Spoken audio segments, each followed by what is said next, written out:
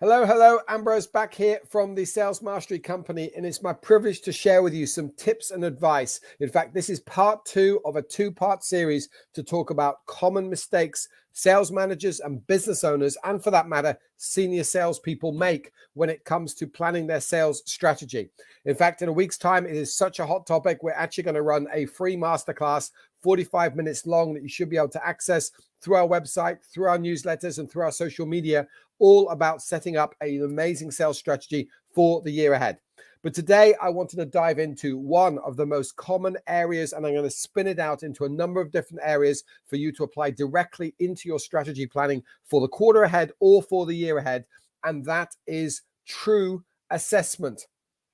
One of the most common areas that people get wrong when it comes to putting together a marketing or a sales strategy is they don't honestly assess their current position or the market position around themselves. So let's go through some of the critical areas you need to assess in order to plan a successful sales strategy. Now, it goes without saying, as Stephen Covey says, that you need to start with the end in mind, which means you need to start with an overall goal or an overall goal of turnover and or gross profit, whether that's a gross profit in dollars or euros or yen or whatever it happens to be your currency.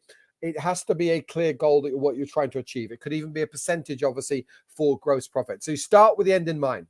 But one of the most common areas that people don't get right is they don't break down that goal into existing customers. The vast majority of our customers around the world, whether they're small, medium, or large, regardless of the sector they're in, a lot of their future sales are going to come from their existing database or the existing customers. And so they set these massive goals, and then they never break it down and say, well, our A customers are going to be worth this amount, and I've only got 20 A or platinum customers, and actually each of them I'm expecting to make X amount from in a year apart. So they do the top-down goal setting, but not the bottom-up strategy setting. Because, of course, when you set a goal and associate it with a key customer, that forces you to then have a strategy to achieve that goal or that outcome. So that's one area. Next up, when it comes to assessment, they're not honest enough around assessing the competitive landscape they're facing. Maybe you, like many of our customers around the world who are trying to sell based on premium, based on value and a clear value proposition, maybe you're finding yourself in a situation that maybe some of your opposition are undercutting the marketplace. Well, are you honest about your assessment of the marketplace based on the competitor area? Often competitor analysis is talked about every now and again by salespeople, but it's not implemented and used as part of your assessment of your sales strategy. It's often left to the marketers to do that, who aren't the ones hearing their stuff on the ground every single time for the sales strategy. So number 2 area to get right when setting your sales strategy is an honest assessment of the competitive landscape that you're facing with right now, not to overstate or understate the influence your competitors might have. Number 3, are you doing a real assessment of the true environment? That is something I'm going to go more depth into when it comes to the sales strategy masterclass next week, where we talk about the pestle analysis. At the very least, you need to be doing a pestle analysis as a sales manager or as a sales team so that you understand a true assessment of the competitive environment you're living in from environmental perspectives or economic perspectives, for example. Number 4, are you truly assessing your relationships? If, as I mentioned before, 70, 80, or 90% of your expected sales in the year ahead is going to come from repeat sales from existing customers, have you been honest in your assessment of the depth, the trust, and the warmth of your client relationships? Remember, despite the development of artificial intelligence and despite the fact that we're relying on computers now to make more assessment of things, decisions, especially buying decisions, are still made by human beings. So how warm is your relationship with the key contact and key decision maker, or decision makers plural, of your key clients? Because if not, you need a strategy to warm and deepen that relationship, or you're probably not going to achieve your targets in the year ahead. Next up, widening relationships.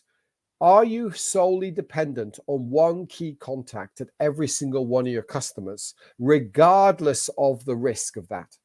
Or have you got a strategy to widen the number of contacts as well as deepen the depth of that warmth with other people at your key accounts? And if you haven't, why not? Again, to be clear, if you're forming a successful sales strategy, it comes from setting clear goals, putting the right strategy in place, and then the thing we're most obsessed about at the Sales Mastery Company, implementing your plans. That's why our Sales Academy has such loyalty from the people that are on it, because every week we're helping them implement their strategy, implement their plans. Have you done the same? Have you got that accountability in place, that repetition? But it starts with the assessment before you form the strategy, before you worry about the actioning the strategy or implementation of the strategy. So not only have you assessed the warmth and depth of the relationships that are responsible for your goals next year, but have you gone beyond one main contact or two main contacts? Did you realize in the world of enterprise selling, typically more than 5 people are involved in making significant enterprise buying decisions? So if you're selling to corporates or large enterprise, have you got 5 or more contacts? If this person is a key account for you, could you have 5 contacts with them? Because if not, you're going to have a strategy to make sure that person stays in their job if they're the only contact. Next up, it's really important that we understand, for a strategy perspective, have you honestly assessed the quality and the caliber, the skills, the motivation, the mindset, and the resilience of your sales leadership? And yes, if you're the business owner who's leading the sales team, that means you. And if you're watching this right now and you're the sales manager or sales director, that means you. Going into battle next year, when you're thinking for the year ahead, have you truly assessed where your levels of strength lie and where your levels of weakness lie? And are you being honest with yourself, honest with your business, and honest with your sales team that you are at the level you need to be to implement the strategies, to motivate the team to develop the strategies for the year ahead?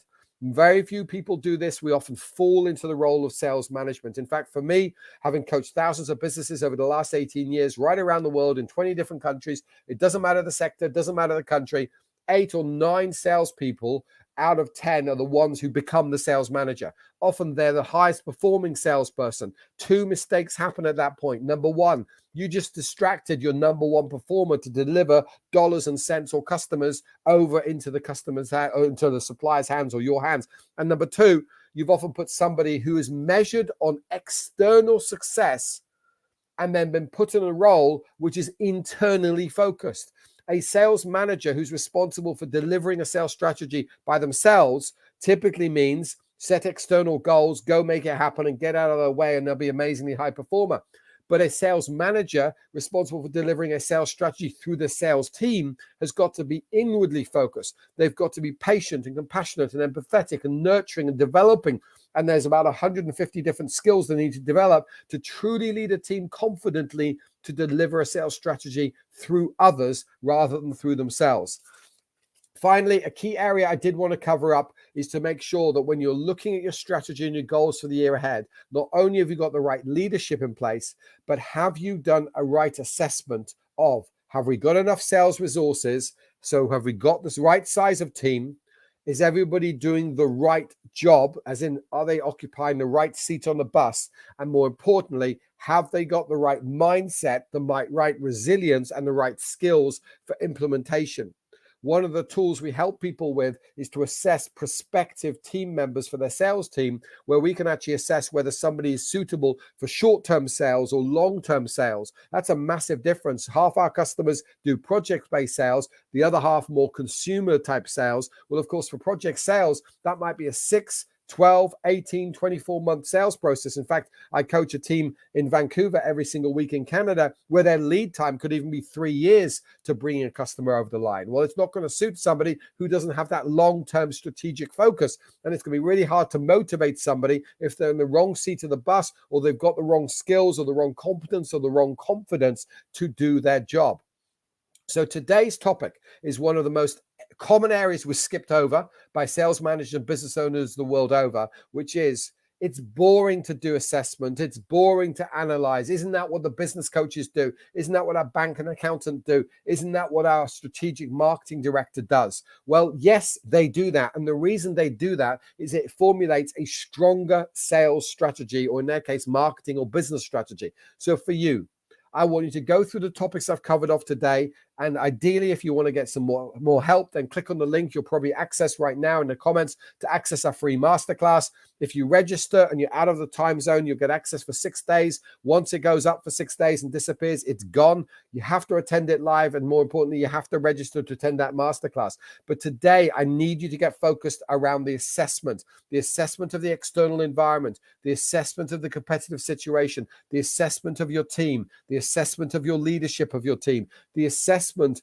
of your relationships, the assessment of the width of your relationships to multiple contacts. If you can't get the assessment done right, you probably put together a weaker plan. The moment you put together a weaker plan or a weaker strategy, it's going to fall to you as the business owner or the sales manager or as the senior salesperson to galvanize the team who are possibly not set up for success. And that typically is going to lead to longer hours, longer days, longer months, which of course leads to sickness, a breakdown of resilience, and certainly leads to burnout. And if you've got a burnt out team, you're probably not going to achieve the targets in the year ahead. Many of our customers right now around the world are sobering up to the fact that they're facing some headwinds. Now, not all of those headwinds are real. Some of them just spiked up on the media because it sells newspapers, so to speak. And what we're covering the masterclass next week is to learn to discern what you need to listen to and what you need to ignore. But ultimately, you've got to make sure you've got some healthy debate going on, some honest navel gazing or looking in the mirror and saying, are we set up for success with delivering our sales strategy for the year ahead? And that way, are we going to be honest with ourselves about how we're going to do that? The weaker you are in setting up the strategy, the weaker you are getting team alignment and team buy-in to that strategy, the more effort, the more hours, the more stress, and probably sleepless nights you've got in the week ahead. Now, I'm Ambrose Blowfield. We're the Sales Mastery Company. Our passion is to help ethical family companies or small to medium businesses right around the world take down the Goliaths in their sector. We want to help the Davids take down the Goliaths with their slingshot, with the right sales strategy, the right team, the right coaching, the right implementation. Reach out to us if you've got any questions. Do book in for our free masterclass. We'd love to hear your success stories. And as always, take action.